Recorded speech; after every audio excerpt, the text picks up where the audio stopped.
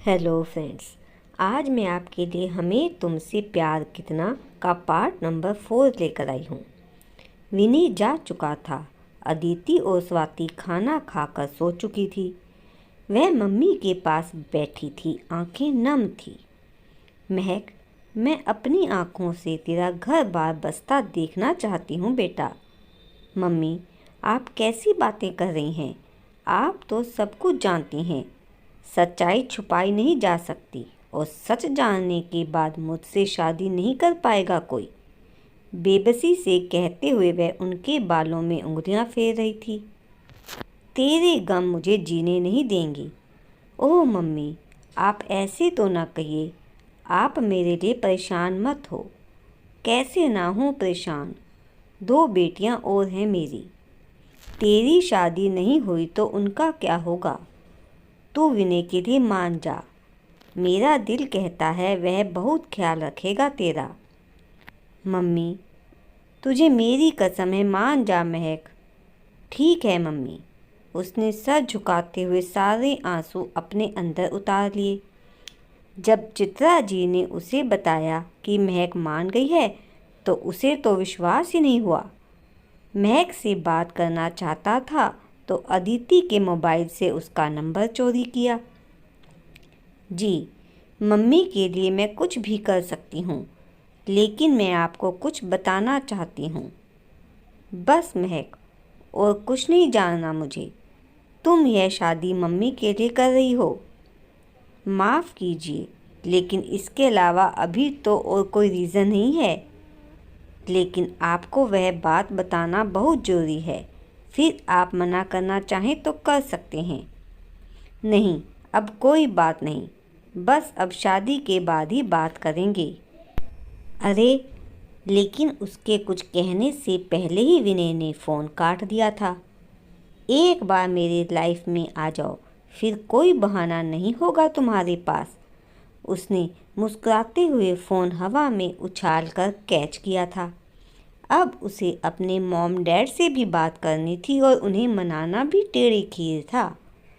उम्मीद के मुताबिक उन्होंने न सिर्फ इनकार किया था, बल्कि उनकी गरीबी का मजाक उड़ाते हुए उसे अल्टीमेटम भी दे दिया था कि या तो उनकी पसंद से शादी कर ले या फिर घर से चला जाए।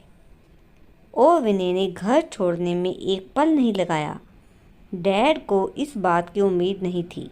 वे गुस्से से तिलमिला गए थे। मैं अच्छी तरह जानता हूँ इन 2 टके की लड़कियों को। अदाएं दिखाकर अमीर लड़कों को फंसाती हैं। डैड प्लीज़, आप नहीं जानते वह ऐसी नहीं है। आप मान जाइए डैड। आप जानते हैं मुझे। क्या मेरी पसंद पर भरोसा नहीं आपको? नहीं विनय, वो लड़की इस घर में नहीं आ सकती। ठीक है डैड, जा रहा हूँ मैं। अब आऊँगा तो उसके साथ, वरना नहीं। और वह निकल गया। 4 दिन हो गए थे उसे मनोज के साथ। वहीं से वह अपने खुद के ऑफिस जाता था। यह उसकी अपनी खुद की कंपनी थी। आज भी वो ऑफिस के लिए निकलने वाला था कि डैड का ड्राइवर उसे एक लिफाफा दे गया था कि बड़े साहब ने भिजवाया है। अभी उसने वह लिफाफा खोला भी नहीं था कि मोबाइल बज उठा। डैड का फ़ोन था।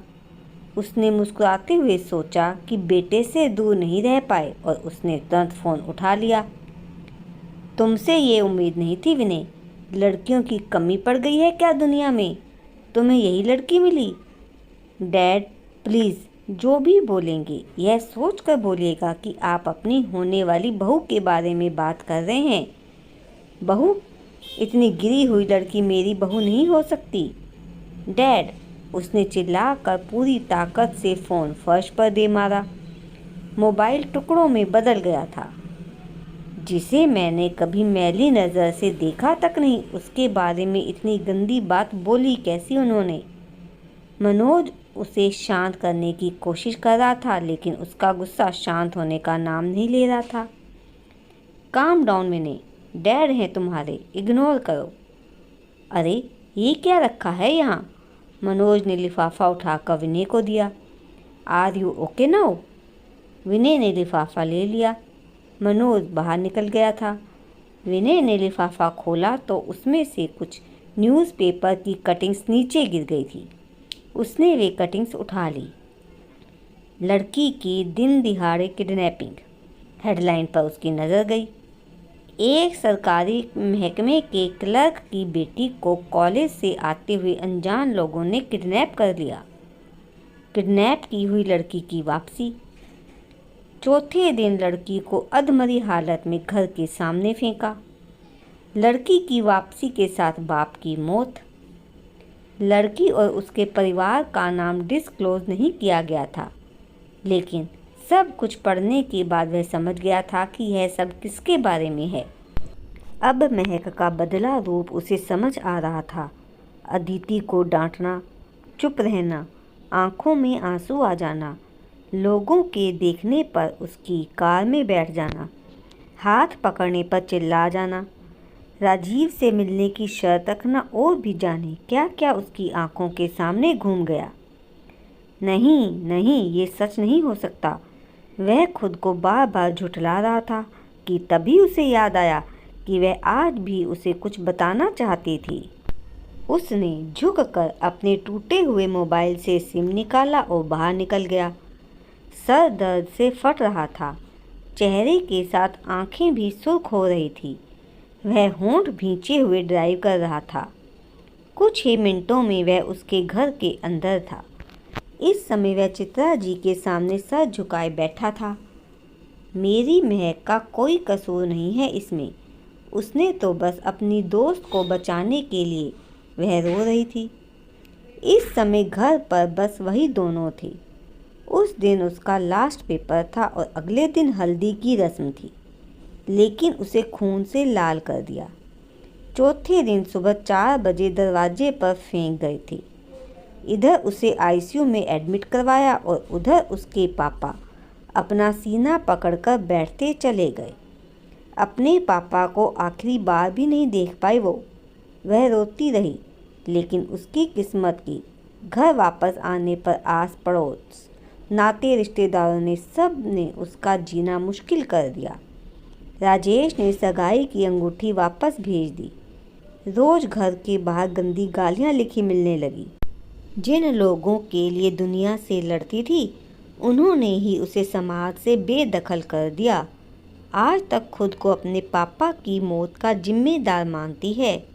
उनके ऑफिस में उनकी जगह काम कर रही है, लेकिन गूंगी बहरी बनकर। सबकी नज़रों में हिकारत और हवस है। विनय ने उन्हें गले लगा लिया। पुलिस ने क्या किया? पुलिस ने मेरी बच्ची से ऐसे सवाल किए जैसे वही अपराधी हो। कुछ समय बाद साक्ष्यों के अभाव में केस बंद कर दिया। उन्होंने अपनी आंखें साफ की। विनय उन्हें कोई सांत्वना नहीं दे पाया। तो दोस्तों, आगे की कहानी जानने के लिए अगला भाग जरूर पढ़िएगा। धन्यवाद।